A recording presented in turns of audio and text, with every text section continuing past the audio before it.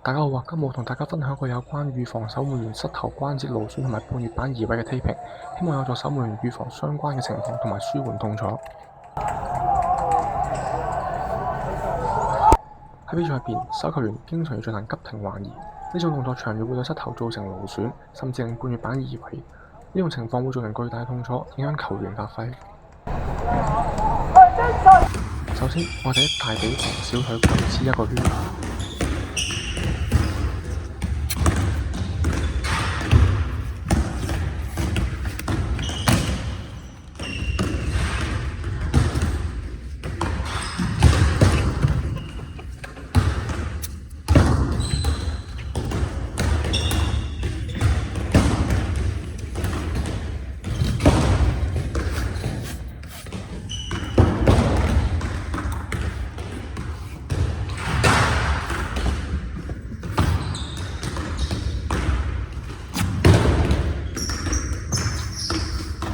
跟住由大髀內側黐到小腿外側，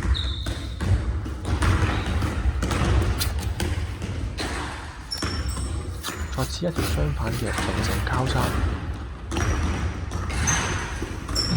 注意要繞過髕骨，即係菠蘿蓋，否則會限制活動。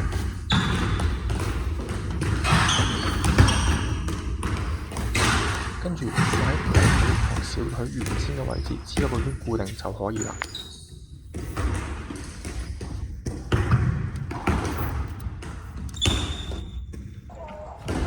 咁今日有關守門員膝頭哥 taping 嘅分享就到呢度，多謝大家。